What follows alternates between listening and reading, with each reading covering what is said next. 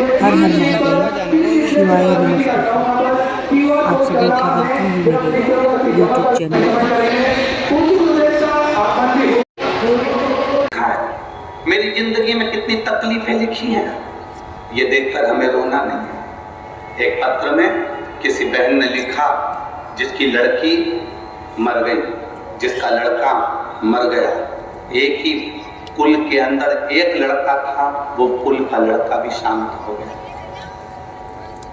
अब रोती बिलखती, कुल में एक लड़का था वो भी मर गया, लड़की भी मर गई, लड़का भी मर गया, पूरा परिवार अस्त व्यस्त हो गया। लिखा पत्र में किसी ने एक पत्र को लिखा। मैं कोटा राजस्थान निवासी गोविंद सिंह पत्नी कला सिसोदिया हूँ। कहीं बैठी हो तो हाथ हिला सकती हूँ। मैं गोविंद सिंह पत्नी कला सिसोदिया हूँ। कहीं बैठी हैं आप? दोनों हाथ हिला दो। कला सिसोदिया हूँ। गुरुजी, मेरे दुख की व्याथा का मैं क्या वर्णन करूं। 16 अक्टूबर 2011 को मेरी पुत्री 12.5 वर्ष की थी, वो चली गई। 20 जून 2020 को मेरा पुत्र, जो कि 20 वर्ष का था, वो चले गए। पहले कितने साल की गई लड़की? जम के बोलो जरा। 11 वर्ष की। लड़का कितने साल का गया? 20 साल का लड़का चले गया। गुरुदेव, दुख का पहाड़ टूट गया, पूरा खानदान हिल गया, क्योंकि कुल का इकलौता दीपक भी चले गए। रोते बिलख के करते क्या, उम्र भी ढल गई थी। बच्चे का कोई चांस, डॉक्टर ने मना कर दिया था कि अब कोई चांस नहीं है, संतान नहीं हो सकती। जहां रजो धर्म नहीं, संतान का हो गया। कैसे संतान प्राप्त? गुरुदेव, तब किसी ने कहा कि शिव जी की भक्ति करो। सियोर वाला महाराज कथा करता है आस्था चैनल पर, एक बार आसन लगा के टीवी के सामने ही सुन लो। टीवी के सामने कथा बैठकर सुनी, बाबा से प्रार्थना करी, मेरा बेटा बेटी दोनों चले गए, कुल का दीपक चले गया। मेरी शादी को सालों हो गए, मेरा लड़का जब 20 साल का चले गया तो संतान की प्राप्ति कहा। बाबा, अब आप कृपा करोगे तो संतान हो सकती है, नहीं तो कोई संतान का सुन। बस कथा सुनी, बाबा से प्रार्थना करा, बाबा से निवेदन कर जब निवेदन करा, सफेद आंकड़े की जड़ का प्रयोग करा, पशुपति व्रत करा, बाबा की कृपा से मेरा गर्भ ठेर गया।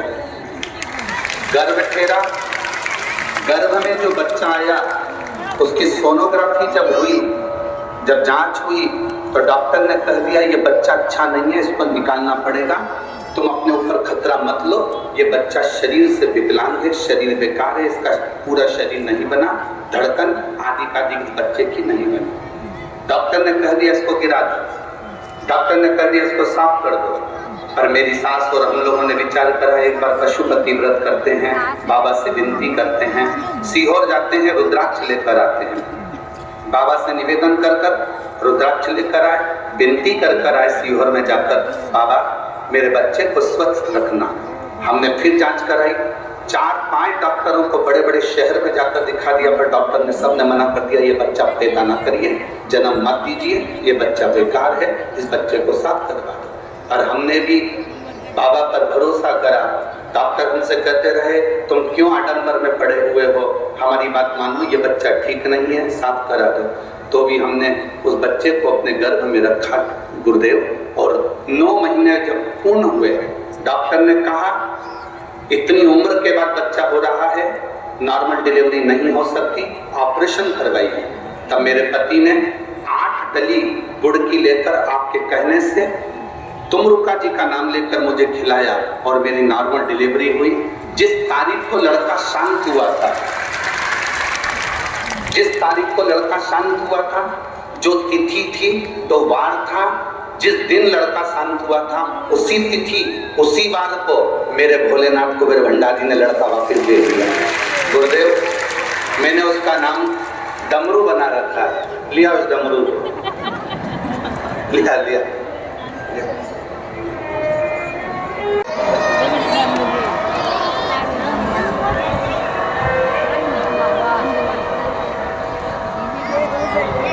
ये पहला बेटा जो 20 साल का शांत हुआ था, उसका फोटो कैमरे पर अवश्य दिखा चैनल पर। जो 20 वर्ष का शांत हुआ था, इतनी उम्र होने के बाद डॉक्टर ने मना कर दिया था कि आपको संतान का सुख कभी नहीं होगा, जो बाबा ने